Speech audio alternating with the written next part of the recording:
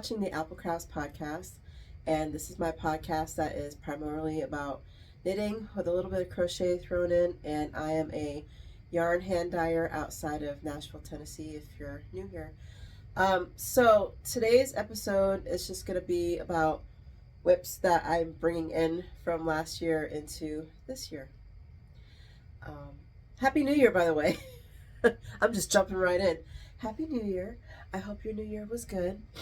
The last few weeks, what did I do? I went to a pop-up bar. If you're familiar with Nashville and pop-up bars, the Fairlane used to have one, and it was really good. And then all of a sudden, they just stopped. And I think a lot of people like bitched and moaned about it because they brought it back. They got new management, brought it back, and it was great.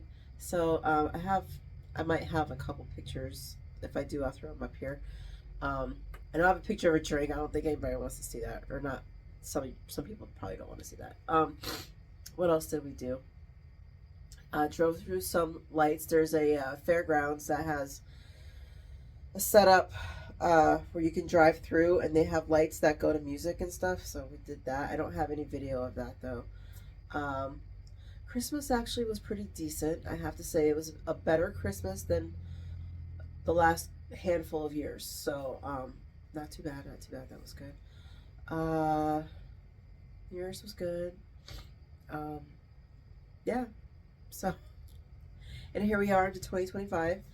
And my next video, I'm going to be doing my list of what I'm planning on making for the year. We all know how that goes, but you know, I like to make plans. It's in my blood. I got to make plans and lists. So, but so back to whips. So in December, I like to try to finish up everything that I've got on my needles, just so I can start the new year fresh. And I have another tangent, but I'll talk about that later. Speaking of needles. So I kind of succeeded-ish, right? There's a couple of back burner whips that I knew weren't going to get done at the end of the year. There's just no way. So I brought those over, obviously. And then I had a few smaller things that I finished. And then I picked up a couple pairs of, was there a couple pairs of socks? Yeah, a couple pairs of socks. Because there's always a pair of socks that I put in my bag that goes with me everywhere. And if I have time to knit, then I'll knit. And I'm not going to show those socks because there's like this much. Like, because praise the Lord, I have not been to the vet in a couple of weeks. Don't know how that happened, but here we are. Knock on wood. I have another couple of weeks before I have to go back. Yeah, after I finished my Holly and Ivy socks by Charlotte Stone, I picked up another pair of socks. Christmas Chaos by Barbara Ceglédi. And I'm almost done. I thought about finishing the socks before I podcasted, but I'm not going to have time today to do that. Like to finish a sock and then podcast. So I only have a few rows left on the cuff. But this is a free pattern, Christmas Chaos socks. And the patterning goes for the whole sock, but I didn't do that. I just left it for the leg. And like I said, it's a free pattern. And there's tons of charts that you could choose from. It's kind of like a choose your own adventure thing. So I did the squirrels for the bottom. I did a house with a moon for the middle, and then gingerbread men for the top. And oh geez, off the top of my head that I can remember, there's probably at least 12 patterns that you could choose from. I know there's another house one, and I just chose the one with the moon. But some of them are just designs, and like I know there's a star one. I think there's just some that's just some patterning, but not any like specific designs like these. So that's what I did. Knitting them on a US 2, so it's 2.75 millimeter. These are all fingering weight. This orange is my own hand dye. This is spiced apple pie. And The brown, none of the other colors are mine, and I can't remember. See, the thing is that, and I talk about this a lot, when I go to Smart Art Supply in Nashville, some of the yarns don't have labels. I could just kind of tell that it's wool, and that's the best that I can do, and that's pretty much what happened here. So I don't know, like, what this brown is. It's got sparkle in it, though. This red, I don't remember what it is. I know that this rust, I think I still have the label. Yeah. That rust is Art Yarns Merino Cloud. It's merino and cashmere. So something new that I've done with these socks, because I was thinking about, how I wear my socks and where I blow out holes. I decided to try something new, and I don't know how it feels yet because this is the first pair that I've tried this with. But I kind of did a reinforced ball of the foot down here. So it's just slip one, knit one, and then you knit the next row, and then slip one, knit one, and then knit the whole next row. So that's what I did here. So counting the toe up to here is 4 inches, and that covers the toe to the ball of my foot. I do not have a reinforcement on the toe, but I do have it here on the ball of the foot. So I don't know how that's going to work. So we'll see. And then what I also did was do that slip one, knit one reinforcement on the short row heel. And that took me a little bit to try to figure out how to get like this. Since I knit 2 at a time, this is the first sock that I do. And so this one is a little bit more wonky than this one, because this one I kind of figured out along the way how to do it. And I just kind of did it off the top of my head. I don't know if this is actually something that's in real life or if I made something up. I'm sure with the history of knitting, I did not make this up. So, but I just wouldn't know what to call it. So I just put the slip one, knit one reinforcement in here. So as soon as I am done with this sock, I will try it on, and hopefully it's not uncomfortable. Hopefully. Yeah, what else do I want to say about these? Charts are real easy to follow. Yeah, I think that's it. I was hoping after I cast these on that I would make it in time for Christmas, just so I could have another pair of Christmas socks to wear, but that didn't happen, obviously. I think I got to like here by Christmas Day, so I was like, yeah, oh well. But overall, it's pretty easy. My foot is 62 stitches around, so I just do 30 and 30, and then do like one extra stitch in the middle on the front and the back to get 62, because I find that that's a little bit better for my foot, because I used to do 60 stitches and it fits, but I'm kind of stretching the stitches a little bit, and 64 feels just a little bit bulky. Sensory issues? Yes, I do. I do have those. So, and then when I got up to here, I just went to 72 stitches. So I find that since I've done probably 6 or 7 colorwork socks now, 72 stitches seems to be my size. So, and then I don't have to worry too much about my tension with the colorwork or anything. I have stopped catching floats with these, unless it's one where I've got like 9 stitches across, then I'll catch a float. But if it's just 7, I don't do that. And I think that's something that Charlotte Stone actually talks about, where she doesn't bother to catch floats, because I think it, with this type of circumference, it messes with the tension more than you would like if you were doing color work like on a garment or something. So yeah, I stopped catching floats, and no problems at all. So just something to think about. Yeah, so that's it for that. So let me put this away, and we will talk about my next split. Oh my gosh, I have a tangle over here. You know what? So another thing that I'm bringing into the new year are my easy corner to corner blanket squares by Rosina Plain. And actually, I was just looking at her page a few minutes ago, like before I started podcasting, and she's got a lot of blankets, like a lot of crochet blankets, and a lot of them are free, and they're pretty. So go check her out. But with this particular design, it's free, and she's got a knit version and a crochet version. So I did the knit version, and I'm just showing up a couple of squares so you can get the idea in case, like, you know, you had, because I haven't shown these in a while. So this is the inside part of the blanket, and this is the outside part of the blanket. And I'll throw a picture up here so you can get an idea of what's going on there with the inside part and the outside part. So it's a scrappy blanket, and you're just making these two designs so that you can, I'm not going to be able to really show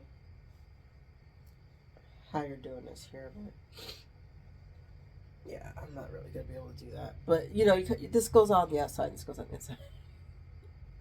But yeah, kind of a color palette I've got going on, just a little bit.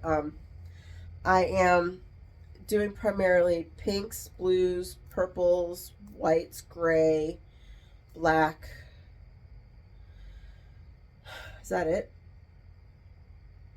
Yeah, yeah. So like no oranges, no greens, no reds. Because when I got like, I don't know, a quarter of the way through, I was like, I need to kind of make this not all over the place and kind of have a little bit of cohesiveness. So that's what I chose. I am really sinusy. I'm not sick, but something about winter just makes makes me sound more nasally. So just in case you're wondering, and I'm more sniffly, which is, I like winter because I can wear the knits, but I don't like winter because of all the other stuff. Feel me? So with this pattern, like I said, it was free, and what I did was, I think the pattern is written for DK weight, and I moved it up to worsted to make it bigger, and then I added 10 stitches. So like for this one's a good example. You do up to 31 stitches here, and then you change color to 41, and then you start decreasing, right? And that's how you get this design. I believe with the DK weight, it was 21 and then 31. I could be wrong, but I'm pretty sure that's what I did. Because I like the modular, but I also don't want a bunch of small things. It's cute, but I know my patience level, and I know that I'll just give up and just be like, you know what, I'm not doing this, I'll just end up frogging it. And I want to be able to use up all my scraps and get my tote back so that I could use it for like yarn for my business. So, and I'm like halfway there, you know what I mean? So yeah. So like I said, different shades of pink. These are 2 different shades of pink, and then I got blue here, and then I'm just kind of digging through and see if there's anything else. I have hardly anything left to knit on this blanket. I had to recount because I thought I only had like 5 of each one left to do, and I was wrong. I think it was like 8 of one and like 6 or something of the other one. So I worked on a couple of those. So now, at this point, I think I have like 3 of each or something. I know that I need to do more of this size or this style.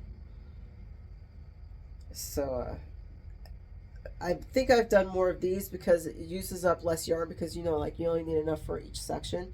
Whereas here, I need to make sure that I have enough to do 2 of the sections, and working with scrap, it's a little bit tricky because it's like you really gotta make sure you have enough. And I'm kind of eyeballing it because even though it's all worsted weight, they're different brands, and so the weights are going to be a little bit different, you know, just a little. So like between like Premier and Red Heart, the weights are going to be like, and the feel is going to be different. So it's a whole thing. But I only have a few left to do. I'm hoping that I'll be able to start mattress stitching that blanket sometime this month. I don't see why I wouldn't be able to. Because I mean, really, technically, I could do it now. but I want to make sure I have all of the squares there because I want to make sure my placement is where I want it for the colors and stuff. So like, yeah, I can start mattress stitching it now, but then if I have some colors that end up in a section that I don't like, then I can't undo it. Like, well, I could, but it would be annoying. So I think I'm just gonna go ahead and wait till I'm done and then start laying it out. And I'll do a video for that. I know I did a video a couple months ago laying out all the squares just to kind of get an idea of how many more I needed. And then I just kind of guessed on that. I'm so ADD. Yeah, anyway. What else? I do actually have ADD in case anybody was trying to come at me, by the way. So, Campside Cardi. I'm going to turn the light on because it's getting a little bit dark in here. Hold on.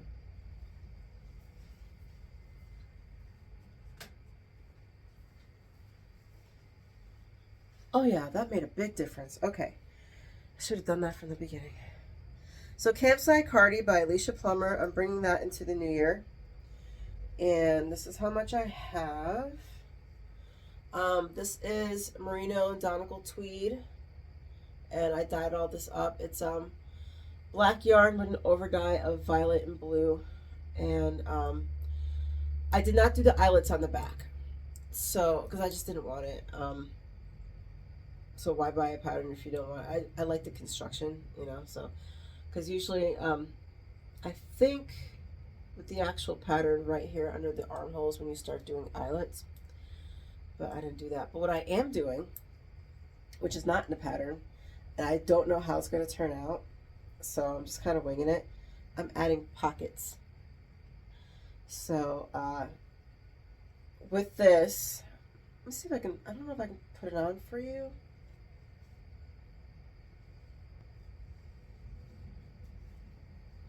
Hopefully I don't lose any stitches.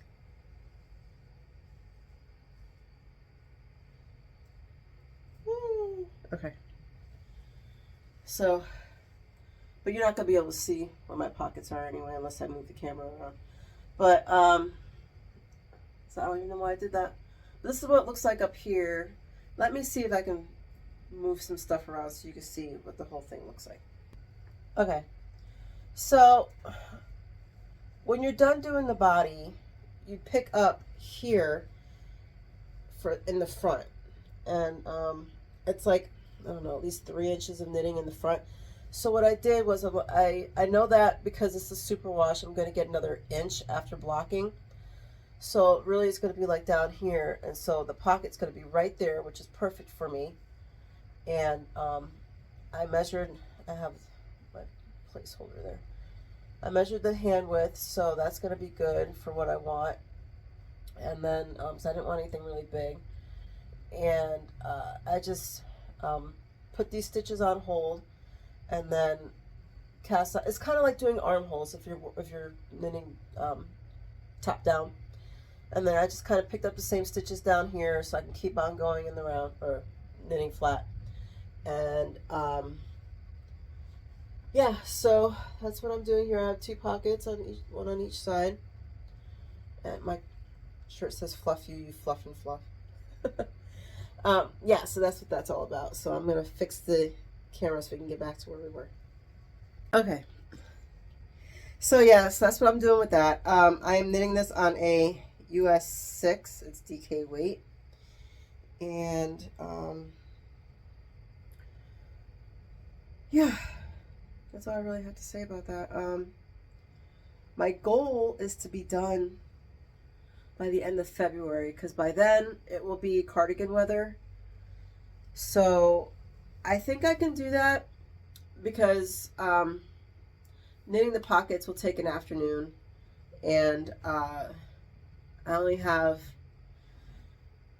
as far as how deep I want the pockets to be, because I just need to make the knitting to cover the pockets. So 5 inches, 6 inches, and then I'm done. So I want to like kind of make it not as long as my All of the Lights cardigan. I made that one really long. I think it ended up being like 22 inches long. My goal with this cardigan is to make it 18, 19 inches long, which is about how long I make my sweaters. So about sweater length, so it's hitting like mid hip. So has to go with that. What else am I bringing in? I have my Marled Mania leggings. That was definitely not going to be done last year either. So, last time I worked on these, I think, was the beginning of November. And because of how I want to do these, it's taking me longer to do it because I want to do a gradient from dark to light. And as I'm knitting on these leggings, I'm thinking I may not even make them into leggings. I may just make them into shorts. So, but, you know, that may change. I don't know.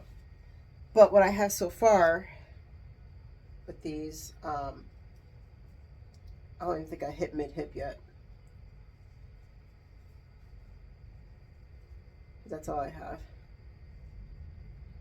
So I'm just going from dark to light. So I'm trying to stick with all of the scrap that I have that's dark. And I'm doing three strands of fingering weight at a time. So that's adding to how long it's taking to get done too. The waistband here has little eyelets so you can make an I-cord, so you could do a drawstring type thing. And I also haven't decided if I want to wear these with the purl side out or the knit side out, but I'll worry about that later because it's reversible until you start wearing it, and then, you know, you start felting and all that stuff. So that's what I have for that. And then I've got all that yarn in my Republic of Tea box. And like, this is what I have to work with, you know, because I really do try to use as much yarn as possible before I do anything with scrap. So that's another reason why it's taking a long time, is because I'm not just using half cakes of yarn. I'm really waiting until I have like nothing, you know. So that's what's adding to that. I do have, I'll add a caveat. I do have some single ply yarn that I'm not going to use for anything. So those will be whole cakes. This is like an example of something I get from Smart Art Supply. This was like $1. It's wool. I can tell it's wool. It smells like wool, feels like wool. I'm not going to use the single ply for anything. So that got thrown in here. But yeah, that's pretty much what this whole thing is. And then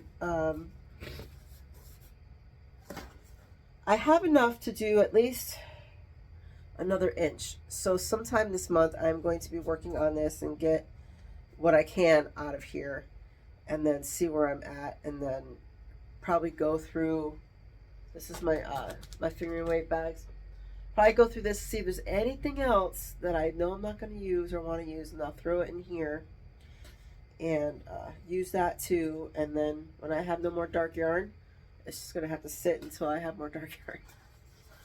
So that's how I'm working that. Knitting these on a US 8, because I'm holding 3 strands of fingering weight. So that gets me a worsted, I believe, because I think the original pattern is for worsted. So that's it for that. And that's all I have. So I forgot to mention at the beginning of the podcast that another thing that happened was, you probably already noticed, but I got my tattoo. So these are sunflowers.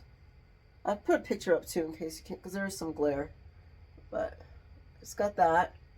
I went to Safe House Tattoo. The artist is Will Campbell. And yeah, it's great work. He only works in black ink and does shading. But I really like the detail. I don't really care much for cartoonified styles of tattoo. It's not really my thing. I like the more detailed type stuff. So there are a good handful of people who have that. So it's really like kind of figuring out who you want to go to and then how long their wait list is. Because one person I wanted to go to, their wait list is beginning of summer. I was like, yeah, no, I'm not gonna wait that long. So yeah, so that's done, and came out cheaper than I was expecting. So I'm planning out my next tattoo, which actually will be a little bit more cartoonified, but it's so cute. It just screams my name.